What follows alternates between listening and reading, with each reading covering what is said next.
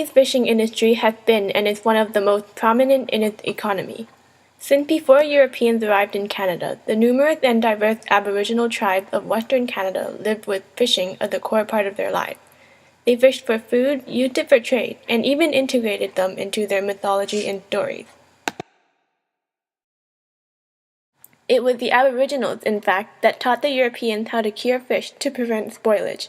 But curing still wasn't enough. The vast amount of fish to be caught and sold simply couldn't all be cured.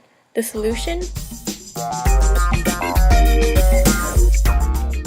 Canning truly revolutionized the fish industry of BC. Production only went up as the industry grew more mechanized. It did, however, have negative effects on society.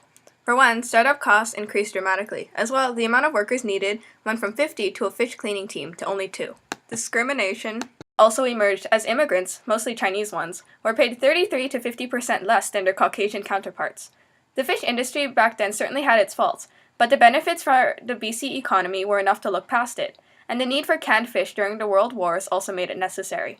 The industry soon became extremely profitable, and people paid no attention to the detrimental effect they had on the environment.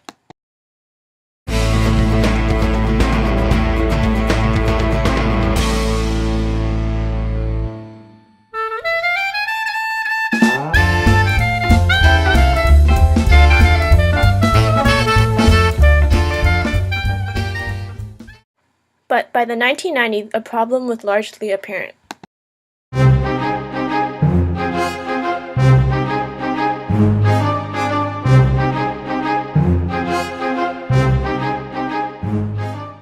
The annual River Chinook run numbered only 2,500 compared to back in the 1800s when it was estimated to be 1.5 million, 600 times more.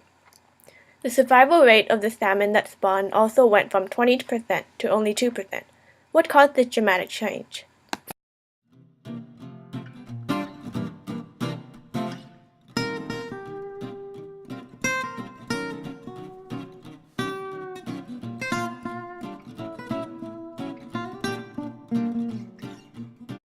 The exact cause is disputed, but the results are obvious.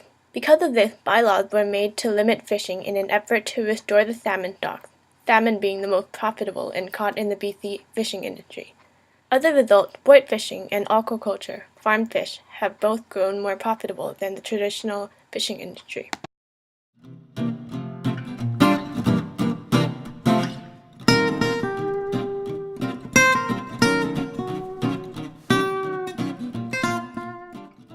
Despite the decreasing amount of fish, the fishing industry has only grown over the years, bringing it to be the fourth and most important primary industry in BC. This industry alone employs about 25,000 people, with 6,200 vessels. In BC, about $573 million is made by catching fish, $391 million for processing, and another $187 million for aquaculture. Now, people are turning more towards aquaculture and new techniques to cultivate fish in an effort to let our oceans recover. The Blue Revolution has started in a search for sustainable seafood practices. New aquaculture facilities are popping up and new ideas forming every day. Of course, some argue that aquaculture isn't a foolproof solution. The fish's health must be strictly monitored and evaluated every day to ensure that no breakout of disease will occur. Since the fish and fish farms are kept closely together, sickness is spread very easily.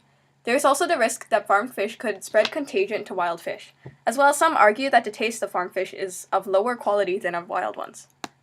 In recent news, people of BC have been in a panic over infectious salmon anemia, or ISA. The disease has spread to many of the fish around the world, and recently had been thought to have appeared in BC waters.